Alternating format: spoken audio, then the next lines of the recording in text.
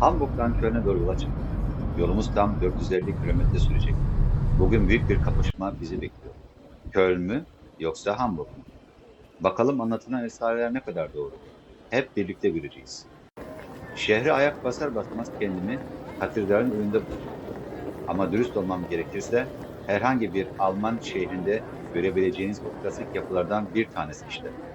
Çok farklı, çok özel bir şey göremedim. Beklediğim o büyüleyici atmosferi henüz soluyamadım. Etrafta ise göz yoran bir nitelikte bir keşmekeş vardı. Hamburg'un o bildiğiniz nizamdan ve esaletinden sonra burası beni şimdiden hayal kırıklığına uğrattı. Şimdi gelin bu şehri biraz daha deşelim ve aradaki gerçek farkı size göstereyim. Emin olun çok hoşunuza gidecek.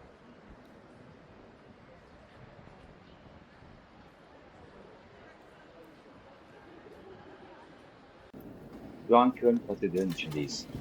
Sizlere burayı yakından göstermek istiyorum. Birçoğunuzun sosyal medyadan burayı zaten görmüştür. Devasa ve etkileyici bir duruşu olduğu gerçek. Ama dürüst olayım. Almanya'da o kadar çok kilise gezdim ki bundan daha estetik, çok daha güzel renklere sahip yerler gördüm. Hatta öyle yerler var ki muhtemelen adını bile duymadınız. Ama buraya taş çıkartır. Bu arada merak edenler için söyleyeyim. İçeriye giriş tamamen ücretsiz. Sadece arzu edenler gönüllerinden ne koparsa bir bağış bırakıyorlar. Buranın inşaatının tam 600 yıl sürmüş olması genelde bir övünç kaynağı. Ama bana sorarsanız bu tamamen parasızlıktan ve o dönemin imkansızlıklarından kaynaklanmış bir durum.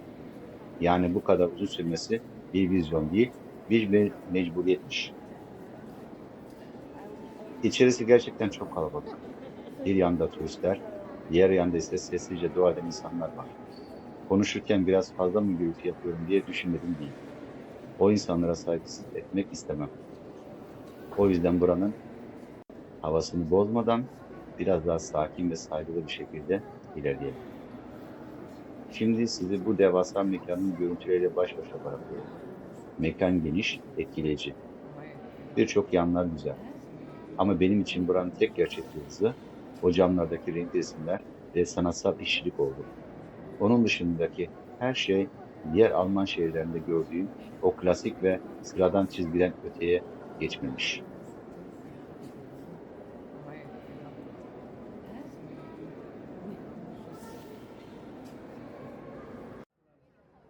Sizler de biliyorsunuzdur ama ben gene de bir bilgi geçmek istedim. Aslında şu anda videoda biraz parlak görünüyor ama yakından baktığın zaman taşlar çok da parlak değil. Son derece siyahlaşmış, özellikle üst kısımları sanki bir yangın geçirmiş gibi. Yapmış olduğum araştırmaya göre bu taşların cinsinden ve yapısından dolayı oksitlenme sonucu taşlar renk değiştirmiş. Yani herhangi bir yangın falan geçirmemiş. Sanayi sanayi ya du darfst ja hinsetzen. Sanayi, evet, yandan kaynak yaptılar. Sanayi devriminden dolayı artan hava kirliliği şartlarından ve dediğin gibi taşların yapısından dolayı bir Drakula evine falan benzemiş yapı olarak, yani ürkütücü, korkunç bir şekli şemali var. Yakından baktığın zaman daha çok belirginleşiyor bu. Bu arada dayım yorulmuş. Şimdi bana vize soracak.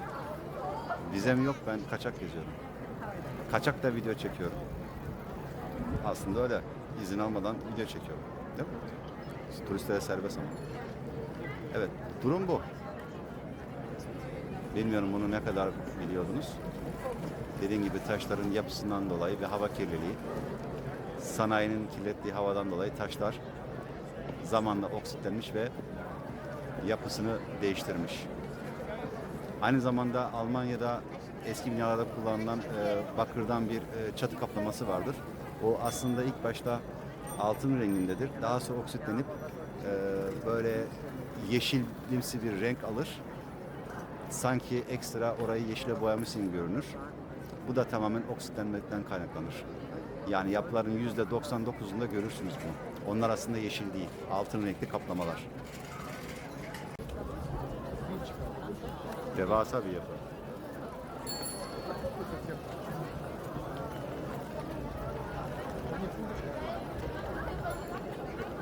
Bugün çok güneşli bir hava var Köln'de. Yaklaşık 19 derece. Sabahtan beri böyleydi.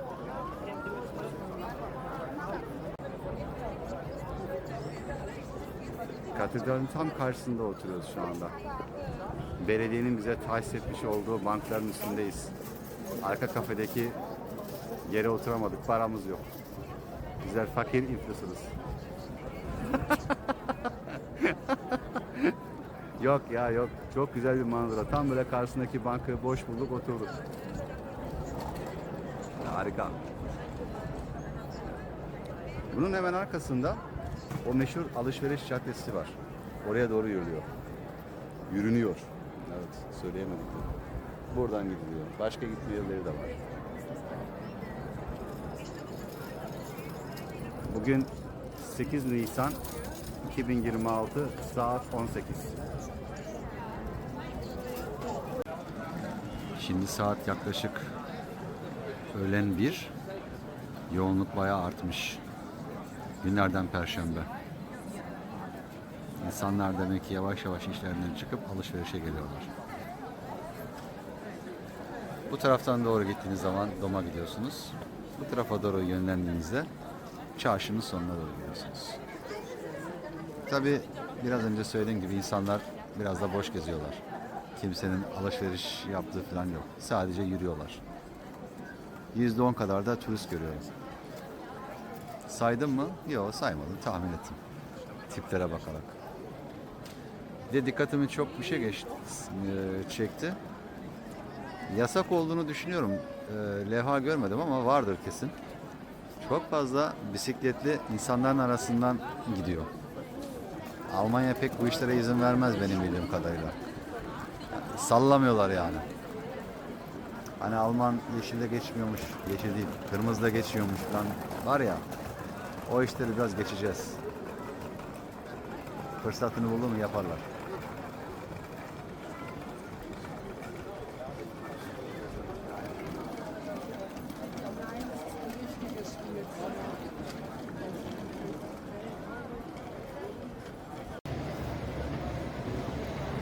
Bugün de alışveriş caddesi kalabalık ama çoğu insan da bizim gibi boş yürüyor. Kimsenin bir şey aldığı falan yok. Burası ince uzun. İstanbul'daki İstiklal Caddesi'ne benziyor. Tabi ona göre biraz dar. Sağlı sollu alışveriş merkezleri. Ne ararsanız var şeklinde. Çok uzun. 1,5-2 kilometre kadar gelir diye tahmin ediyorum. Belki biraz daha az. Hamburg'da karşılaştıracak olursam Hamburg'daki alışveriş caddesi bu kadar uzun değil. Ve inşaat var.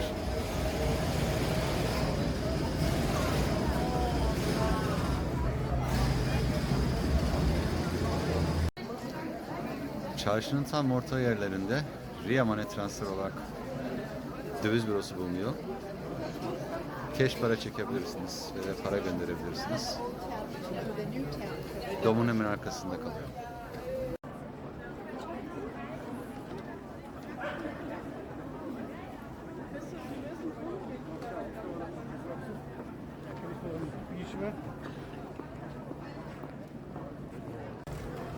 Ortalama 30 dakikadır aynı yerde duruyorum. Neden durduğumu boş verin. Siz anlamışsınızdır onu. Tekrardan yaptığım şöyle bir gözlemde gördüm ki aşağı yukarı %70 oranında burada yürüyenler yabancı. Alman çok az. Şöyle tekrardan göstermek istiyorum size. Yani ya yürüyenlerin %70'i Orta Doğu, Afrika kökenli. Ben dahil. Bunun ben çok da fazla turizm amaçlı olduğunu düşünüyorum. Geneli burada oturanlardır. Lütfen kanalıma abone olmayı unutmayın. Yorumlarda sizi bekliyorum. Siz neler gördünüz? Siz neler hissettiniz? Açıklamalarda buluşalım. Köln mü daha iyi yoksa Hamburg mu?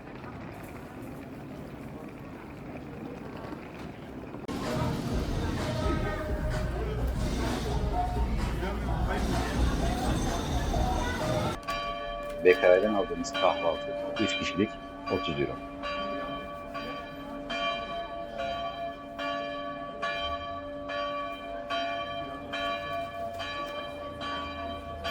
Sizlere söylemiş olduğum inşaatın devamı. Alman yaşlı adamın söylediğine göre ara ara yapılan inşaatlar, yenilemeler. Yanıma kaynak yapan Alman amcadan aldığım bilgilere göre bu yukarıda görmüş olduğunuz iskele tamir amaçlı tabii kullanılıyor. Zaman zaman yer değiştirme suretiyle sürekli bir renoveden geçiyormuş. Bunun da sebebi taşların oksitlenmesi, eskimesinden dolayı yapılan renoveler olduğunu söyledi. Ve artık buna çok fazla bütçe ayrılamadığı için biz bugün katedrale girerken ücret ödemedik. Bundan sonra giriş parası almayı düşündüklerini söyledi. Yanılmıyorsam dayım bu işin yönetiminde güzel bilgiler veriyor. Yani bundan sonra bedava işler yengeniz olacak. Görüşmek üzere. Çanlar bizim için çalıyor. Siz de beni takip edin. Abone olmayı unutmayın. Videolarımı beğenmeyi unutmayın.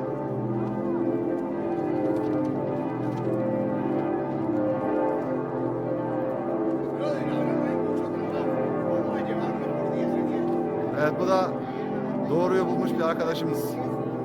Bağırıp duruyor. Çan sesini bastıracakmış. Abone olmayı unutmayın arkadaşlar. Yorum da yaparsanız memnun oluruz. Şimdi bir bilgi daha geldi. Bu arkamdaki kafe Kemal Sunal'ın Gurbetçi Şaban'da evlilik teklif ettiği kafeymiş. Ben de şimdi birine evlilik teklif edeceğim. Bakalım kabul edecek mi? Ondan sonra 18 tane çocuk gelsin paralar.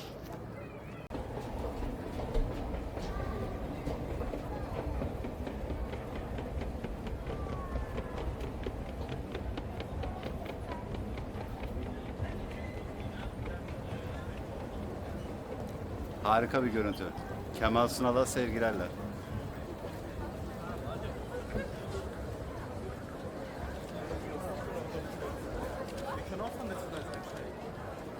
Sizlere bahsettiğim inşaatın devamı.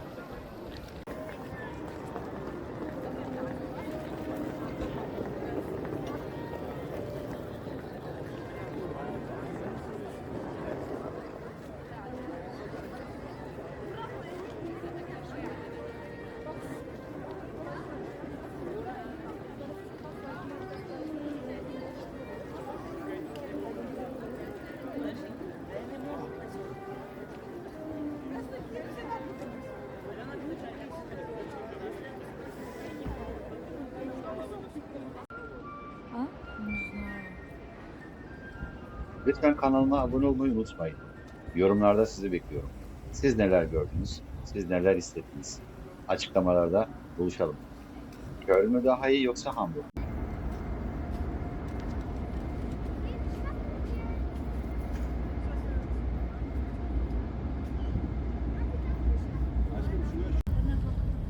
Bugün gezimizin ikinci günü.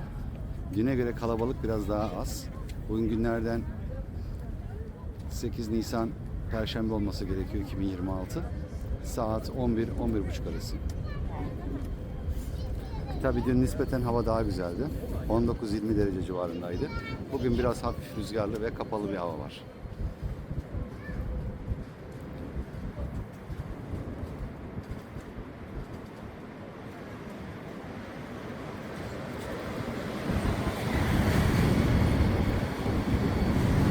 Şu anda tekrardan Dom Katedrali'ne doğru yürümeye devam ediyoruz.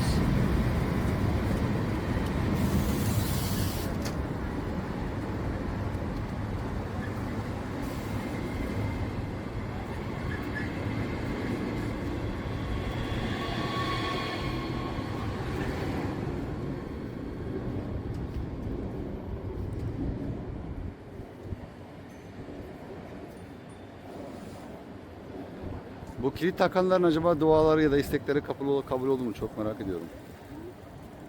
Kilitlerin bazıları çok eksantrik, çok güzel. Herhalde dilekleri de parasına göre.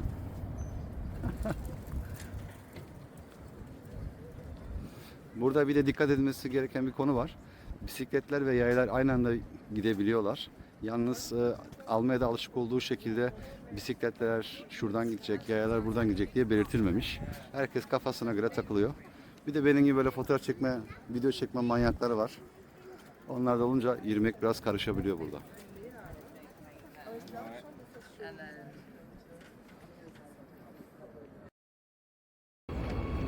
Roman oradaki köprüden geçiş çok zor. İnsanlar, bisikletler, skuterlar, kimse birbirine dikkat etmiyor. Herkes birbirine çarpıyor. Fotoğraf çekerken elinizdeki telefonun suya düşmesi işten bile. Her an çok büyük yoğunluk var. Özellikle de Bangkok gitmek isteyenlerin çok hızlı bir şekilde bisiklet sürmelerinden dolayı her an bir kaza yaşanabilir. Buradan direkt gittiğiniz zaman karşıda camdan bina, Glass House'u görebiliyorsunuz. Onun üzerinden tüm Köln'ü kuş bakışı görme ihtimaliniz var. Giriş ücreti 5 euro. 28 katlı. Gerçekten kuş bakışı her şeyi görüyorsunuz. Güzel fotoğraf çekebilir ya da video alabilirsiniz. Ve ekstradan Kölnlerin turistlere karşı saygılı davranmadıklarını düşünüyorum. Artık onlardan bıkmışlar.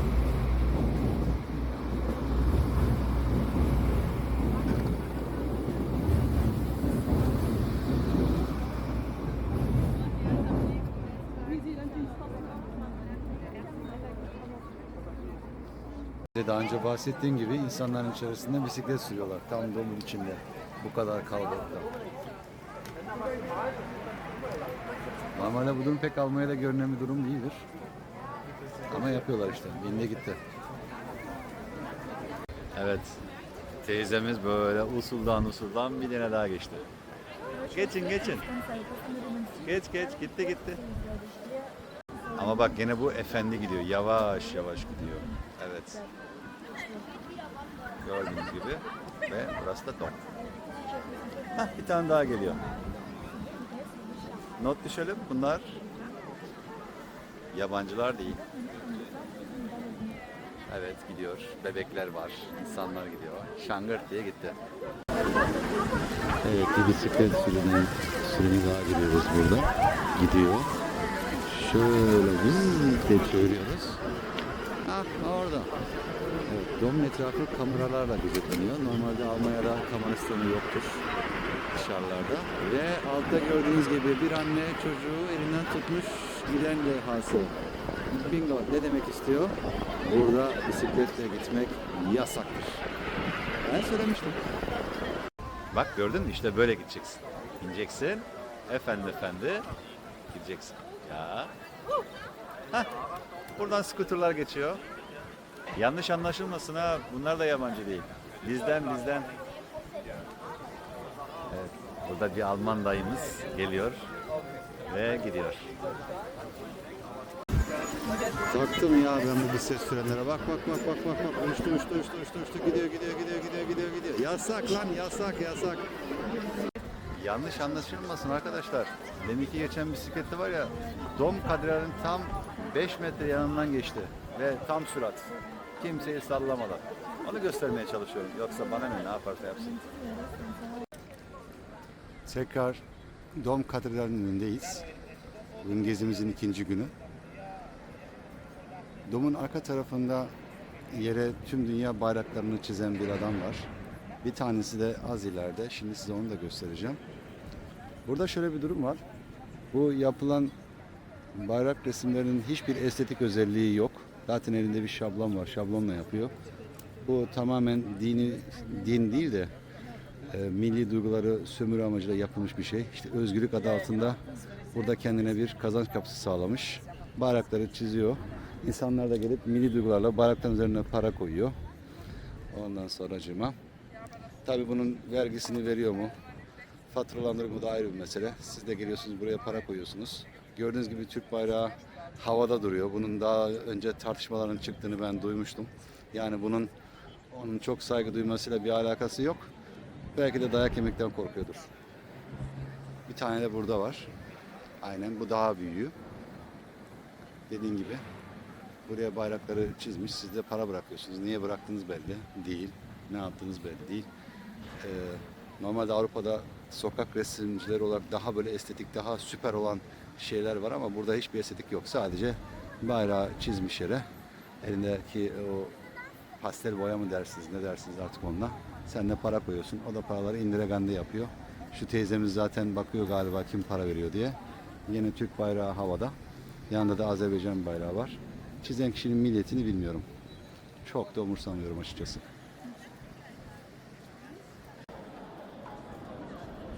Her köşe başında da Balkanlardan gelen dilencileri görmek normal var. Daha önceden de söylediğim gibi bunun hava durumuyla bir alakası olduğunu düşünüyorum. Bugün günlerden Perşembe.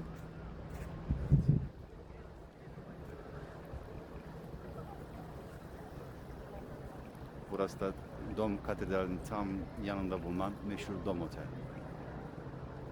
Fiyatlarını bilmiyorum, ilgilenmiyorum da.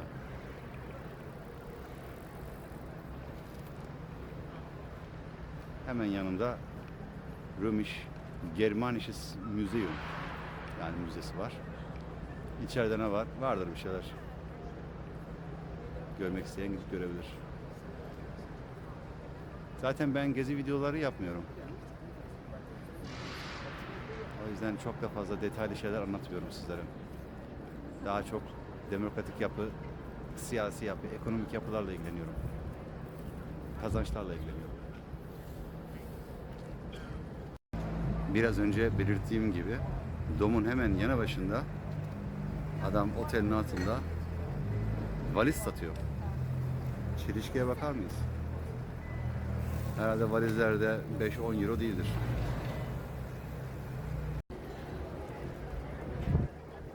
Dom'un hemen yakınlarında bir onlu mamulcu var.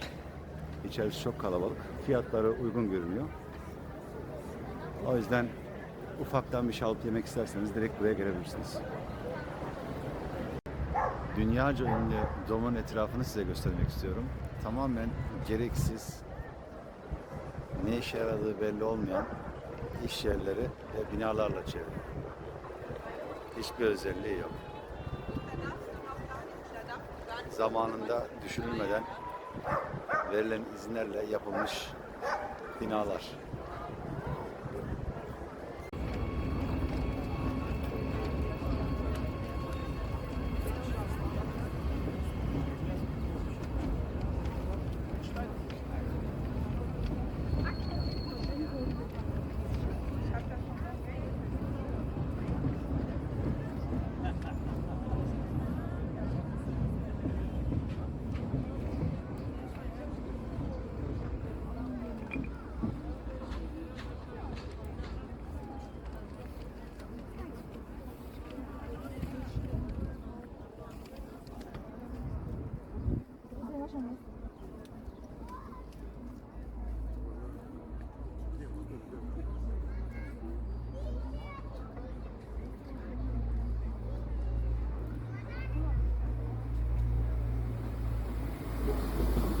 Yukarı çıktığınızda güneşin ikisinden çok bir fotoğraf ya da video alabiliyorsunuz.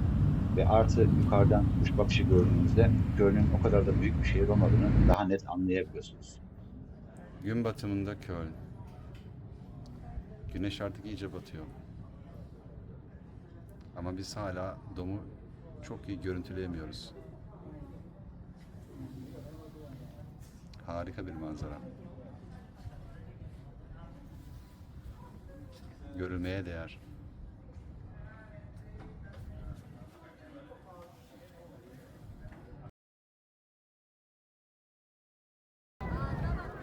Burası da katedralin diğer tarafı. İstasyon çıkışı. Yani Bahnhof arkası. İnsanlar burada oturuyor. Güzel fotoğraf da çekilir burada. Ama ben yapmayacağım. Burası da böyle bir meydanı.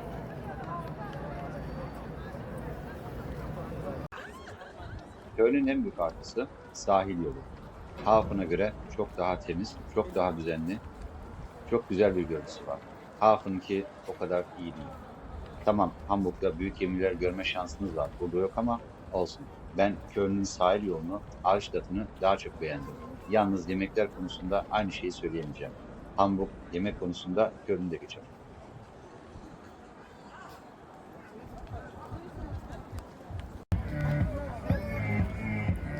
Evet, burada da evlilik hazırlığı yapan genç arkadaşlarımızı görüyoruz. Evliliğe ve vedalık partisi. Gezele güzel şap. Gezele güzel şap mıydı? Neydi bunun ismi? Gezele Abschied. Ha. Son defa etek giymiş arkadaşlarımız.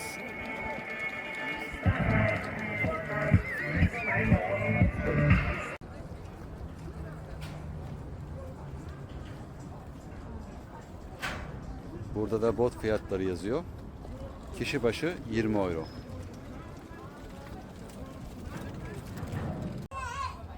Bu caddeyi bulmak isteyenler Salzgasse diye navigasyona verirsiniz. Ondan sonra hop bu caddenin üstüne şak diye düşersiniz.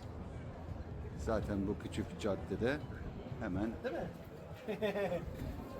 Dom'daki Rhein Nehri'nin yanında.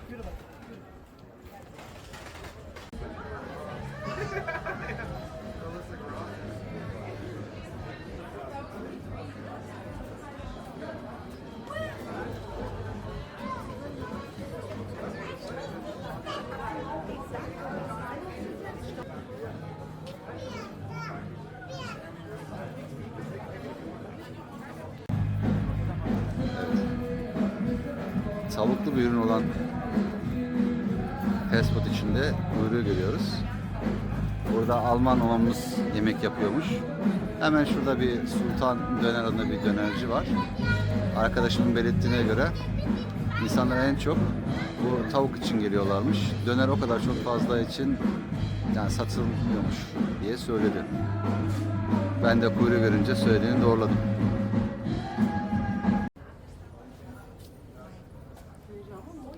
Köln Altstadt dedikleri en dar sokaklarından biri.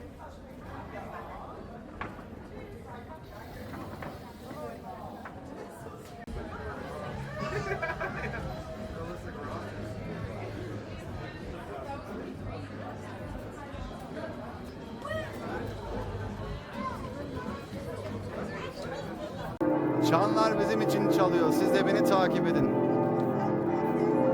Abone olmayı unutmayın. Videolarımı beğenmeyi unutmayın.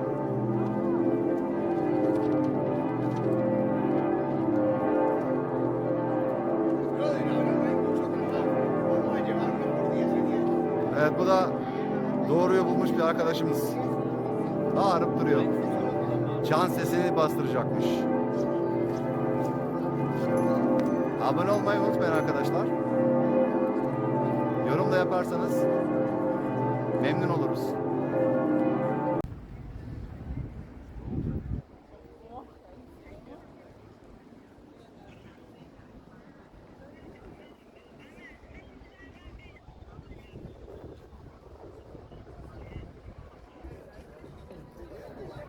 Evet arkadaşlar.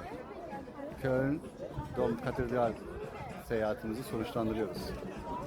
Lütfen kanalıma abone olup yorum yapmayı unutmayın. Görüşmek üzere. Evet, düştük tekrar yollara. Köln'den Hamburg'a doğru yola çıkıyoruz. Ortalama 450 kilometrelik bir yolumuz var. 4 ila 5 saat kadar sürecek. Otoban durumuna göre değişir. Lütfen videoma abone olup yorum yaparsanız memnun olurum. Umarım hoşunuza gitmiştir videom. Bay bay.